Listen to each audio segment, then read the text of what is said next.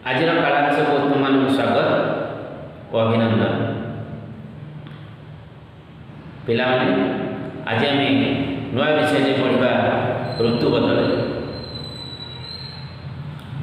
किंतु कालांश आरंभ करने पूर्व प्रथम आम ब्रह्मनाथ करवा। ब्रह्मनाथ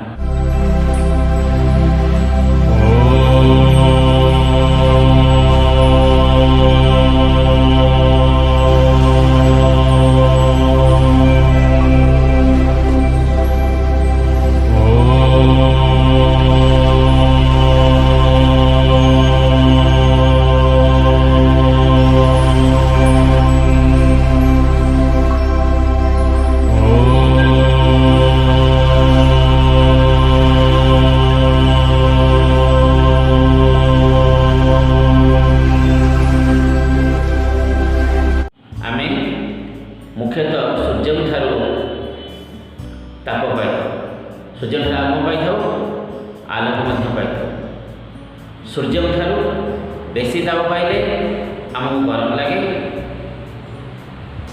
और सूर्य ठार कम ताप पाइले आमको शीत लगे। तेणु गरम लगे और शीत लगे क्या निर्भर करे सूर्य निर्भर करे। आम वर्षर विभिन्न समय विभिन्न परिमाण ताप पाई पिलाने आम पूर्व काल सब पढ़ीचे कौन पढ़ीचे पृथ्वी निजर अक्ष चारि पाखे 24 घंटे थे घुरे कि घुरे जो नटु तार घुरे नटु घुरवा देखीचे नटु घुरला भाई पृथ्वी निजर अक्ष चारिपटे 24 घंटे थे घुरे। या फल कौन हुए कहले देखी ना यह फल पृथ्वी निजर अक्ष चारिपाखे 24 घंटे थे घुरवा फल दिन राति होई से पृथ्वी निजर अक्ष चारिपाखे घुरवा संगे संगे पृथ्वी तार कक्षपथरे सूर्य चारिपाखे थे घुरवा 365 दिन समय नहीं यह कौन कहुए पृथ्वीर परिक्रमण काल कहुए पृथ्वीर यही गति को बाह्य गति कहुए। आम ये सब जिन आगुरी पढ़ी थे एबे एक ग्लोब देखा ग्लोबर यहाँ हूँ उत्तर गोलार्ध यहाँ हूँ दक्षिण गोलार्ध यहाँ हूँ विश्व। पृथ्वी तेर अक्ष भूमि सहित सर्ट भाव रही ना यही ढलिकी रही है। पृथ्वी सूर्य चारिपाखे घुरवा समय यार अक्ष कक्षस्थल सहित 23.1 डिग्री कोण कर रही है। ये हूँ तार अक्ष यही अक्ष चारिपटे अक्षर यहाँ हूँ उत्तर मेरु आटा हूँ दक्षिण मेरु आ मझे तार रही विश्ववृत्त। से ग्लोबर मध्य भाग एक मोटा तार दिखाई यह विश्ववृत्त। विश्ववृत्तर उत्तर भाग को उत्तर गोलार्ध और दक्षिण भाग को दक्षिण गोलार्ध कहते। तेणु चित्र टी भल भाव लक्ष्य करवा मे और जून 2 मासरे पृथ्वी क स्थान थी समय यार के गोलार्ध सूर्य आड़ ढलिकी रही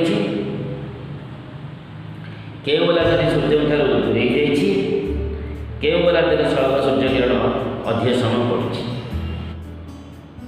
यही अवस्थान तुम्हें चित्र भल देख ये अवस्थान काल पृथ्वी क स्थान थी समय उत्तर गोलार्ध ग्रीष्म ऋतु दक्षिण गोलार्ध शीत ऋतु होता है। ଏହି ଅବସ୍ଥାନ କାଳରେ ଉତ୍ତର ଗୋଲାର୍ଦ୍ଧ ସୂର୍ଯ୍ୟଙ୍କରକୁ ଢଳି ରହିଛି। ଦକ୍ଷିଣ ଗୋଲାର୍ଦ୍ଧଟି ସୂର୍ଯ୍ୟଠାରୁ ଦୂରେଇ ଯାଇଛି। ଉତ୍ତର ଗୋଲାର୍ଦ୍ଧରେ ଶରତ ସୂର୍ଯ୍ୟଗ୍ରହଣ ଅଧିକ ସମୟ ପଡ଼ୁଛି।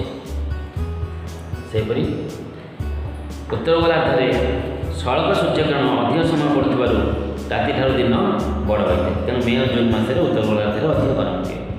ଏହି ସମୟରେ ଦକ୍ଷିଣ ଗୋଲାର୍ଦ୍ଧରେ ସୂର୍ଯ୍ୟଗ୍ରହଣ ତେରଛା ଓ କମ୍ ସମୟ ପଡ଼େ। ଦିନ ସାନ ହୋଇ ରାତି ବଡ଼ ହୋଇଥାଏ। ଫଳରେ ଏ ଗୋଲାର୍ଦ୍ଧ କମ୍ ଉତ୍ତାପ ପାଏ। ଏଠାରେ ଶୀତ ଋତୁ ହୋଇଥାଏ। ତେବେ ଭାରତ ମାର୍ଚ୍ଚ 21 ତାରିଖ ଓ ସେପ୍ଟେମ୍ବର 23 ତାରିଖ ଉତ୍ତର ଦକ୍ଷିଣ ଗୋଲାର୍ଦ୍ଧରେ ଦିନ ରାତି ସମାନ। ତେବେ ଭାରତ ପୃଥିବୀର ଉତ୍ତର ଗୋଲାର୍ଦ୍ଧରେ ଥିବାରୁ ଜୁନ୍ ମାସରେ ତୁମ ଅଞ୍ଚଳ କେଉଁଠି ହୋଇଥାଏ? ନା ଭାରତ ପୃଥିବୀର ଉତ୍ତର ଗୋଲାର୍ଦ୍ଧରେ ଥିବା ସମୟରେ ଜୁନ୍ ମାସରେ ଆମ ଅଞ୍ଚଳରେ ଗ୍ରୀଷ୍ମ ଋତୁ ହୋଇଥାଏ। ଏବେ କୁହ, ଉତ୍ତର ଗୋଲାର୍ଦ୍ଧରେ ଡିସେମ୍ବର ମାସରେ କେଉଁ ଋତୁ? ଦକ୍ଷିଣ ଗୋଲାର୍ଦ୍ଧରେ କେଉଁ ଋତୁ ହୋଇଥିବ? ନା ଉତ୍ତର ଗୋଲାର୍ଦ୍ଧରେ ଡିସେମ୍ବର ମାସରେ ଶୀତ ଋତୁ, ଦକ୍ଷିଣ ଗୋଲାର୍ଦ୍ଧରେ ଗ୍ରୀଷ୍ମ ଋତୁ ହୋଇଥାଏ।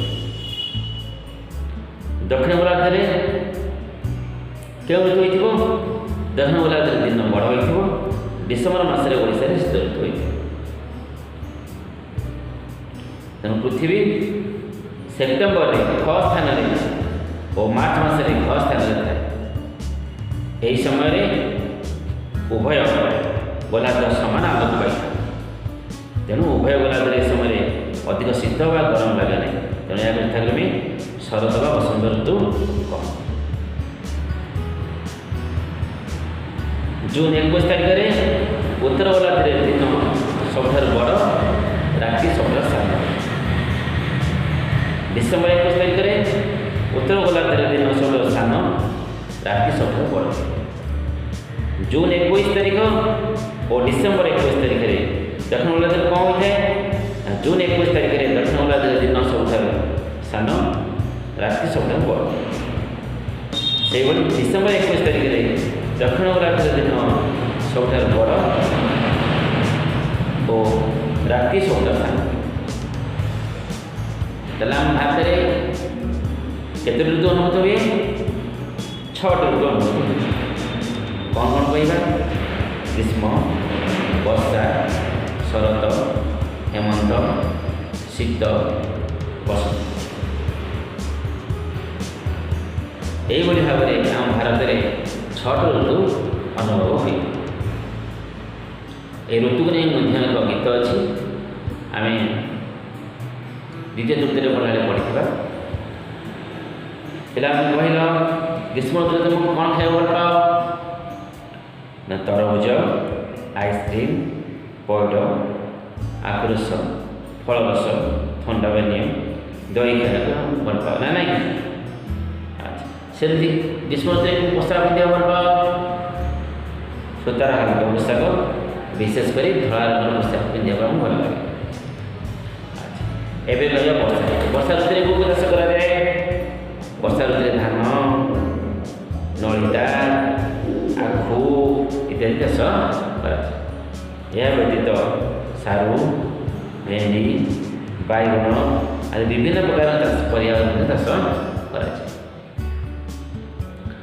ଏବେ କହିଲେ କି ପିଲାମାନେ, ଶୀତ ଋତୁରେ ଆମେ କେଉଁ ପୋଷାକ ପିନ୍ଧୁ? ଶୀତ ଋତୁରେ ଗରମ ପୋଷାକ ପିନ୍ଧୁ, ବିଶେଷ କରି ସ୍ୱେଟର, ମଫଲର, ଜ୍ୟାକେଟ୍, ପଶମ ବସ୍ତ୍ର, ମୋଜା, ହ୍ୟାଣ୍ଡଗ୍ଲୋଭ୍ ଆଦି ପିନ୍ଧିବାକୁ ଭଲ। ସେଭଳି କହିଲେ ପିଲାମାନେ, ଶୀତ ଋତୁରେ ଆମକୁ କେଉଁ ଚାଷ କରିବା ଭଲ ଲାଗେ? କେଉଁ ଚାଷ ହୁଏ? କେଉଁ ଫସଲ ଚାଷ ହୁଏ? ଶୀତ ଋତୁରେ ଗହମ, ମୁଗ, ବିରି, ଚିନାବାଦାମ, ହରଡ଼ ଓ ବିଭିନ୍ନ ପ୍ରକାର ପନିପରିବା ଚାଷ କରାଯାଏ। ଏ ବିଷୟକୁ ଭଲକି ପଢ଼ିବା। ଏ ପୃଥିବୀ, ଆକାଶ,